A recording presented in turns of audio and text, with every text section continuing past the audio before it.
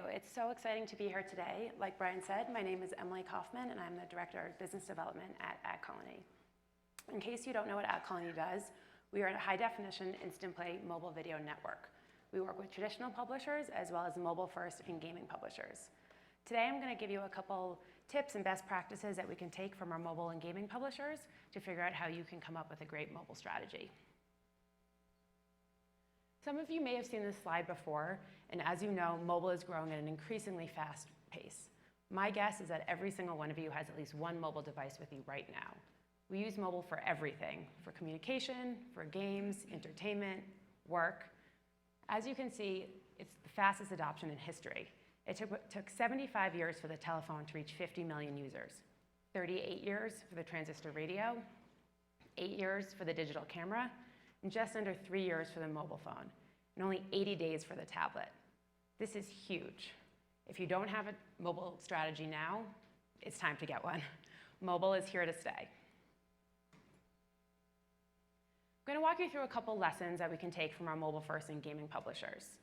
First, I'm going to talk to you about a way that you can have a unique integration and integrate with a value exchange property. Also about maximizing ad revenue without cannibalizing your users. Not sure if anyone here is really into the gaming space, but as you've probably seen, gaming commercials are now taking over the Super Bowl. They're bringing in huge amounts of revenue, and they've really figured out how to monopolize and really capitalize on the mobile market. As Brian mentioned, mobile ad blocking is a constant conversation that everyone's having these days. You've probably read some of these articles. As you may know, mobile ad blocking is really focusing on mobile web. And this is just one reason why we think it's really important to have an app strategy when thinking about your mobile business. All publishers now really need to be mobile first.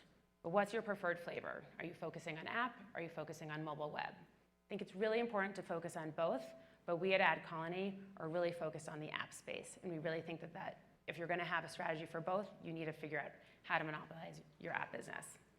We like to think of apps as the new TV channel. Think about how you spend time on your phone. I would bet most of the time that you're spending is within the app environment.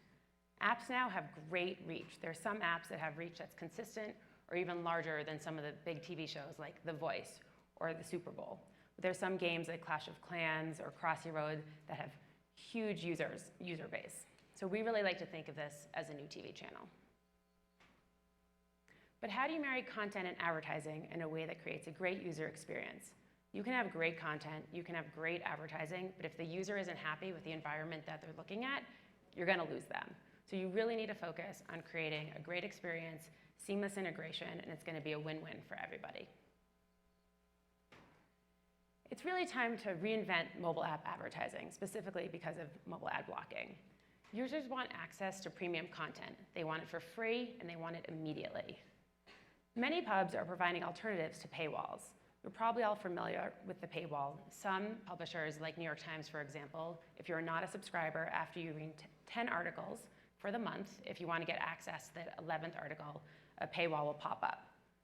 We're proposing that we take value exchange units, which is something that the gaming system has used for a while, to provide an alternative to this. You may have seen in some games recently, if you want to gain access to an additional level or some extra coins, you can have the option to opt in to watch a video ad. These users are highly engaged and they really want to gain access to this content, so you have them at a really great time. Advertising has really always been a value exchange. Think about TV. If you're watching the newest episode of Scandal and you want to figure out what Olivia Pope's been up to, you're going to watch about 15 minutes of commercials to get to that end. Print, magazines, all have advertising, as well as radio. I know I'm not the only one who's driving around waiting anxiously to hear the new Adele single and listening to many commercials while waiting to do so. When thinking about what type of ad to integrate in a value exchange, video ads rank 2 times as more memorable as lower third and display ads and will also drive significantly higher eCPMs. The IAB just did a study and showed that users would rather watch a video ad than pay a fee to gain access to premium content. 77% of the users said this. If you're not monetizing these users, you're leaving a lot of money on the table. For example, if you had a paywall and you got to these users got to the paywall, decided to opt out and not purchase this, you're losing them. If you were able to offer them a value exchange unit, there's a lot of incremental revenue that is up for grabs. In addition, value exchange units also lead to longer session times, which is something that everyone wants. It makes sense. If you have a user who really wants to gain access to content and they're willing to watch a video ad for it, they're going to be more engaged, they're going to spend a longer time within the experience, and then the longer session times, again, more advertising, which leads to more revenue. I'm going to walk through an example of what a value exchange integration in a traditional publishing application would look like.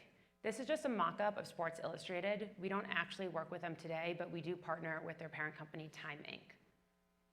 This is just an example of when you get access to their paywall. So a user would be offered 3 different options. They could sign in if they're already a subscriber, they could purchase a single copy, or they could click to watch a video ad to gain access to that additional article that they want to read. If they select the video option, ad pops up, plays, and then they're able to read the article. But what about maximizing ad monetization efficiency? At Ad Colony, we work with our mobile-first and gaming publishers very closely on this concept of use rate. If you don't know what use rate is, it's the share of app users who will see at least one ad on any given day. The higher the percentage, the better. Why would it be low? It's pretty simple, just a poor integration setting, the way that it was integrated into the app. We can work with them to increase this, and that's really going to improve the monetization. As you can see here, as the use rate improves, the average revenue per daily active user significantly increases. This is just a snapshot of one of our publishers that we work with. It's a social entertainment app. When they came to us, they had about 600,000 daily active users and a 15% use rate based on their integration.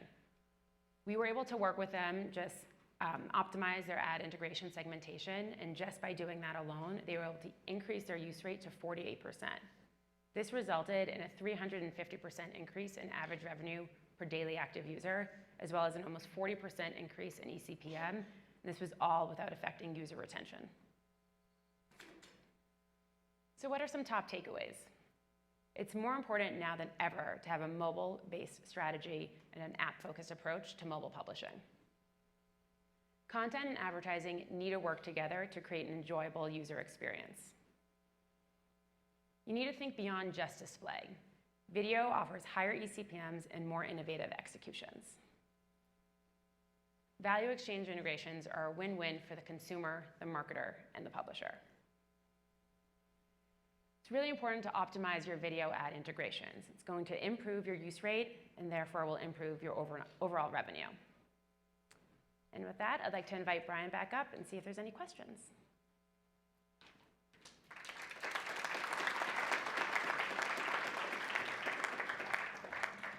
I want to open it up to questions. I got caught on the other side there. I want to open it up to questions. We have time for one right here. Go ahead, it's on. Oh, cool. Sorry about that. So basically what you're advocating is that publishers utilize this value ad exchange that has been in place in the gaming app industry for a number of years.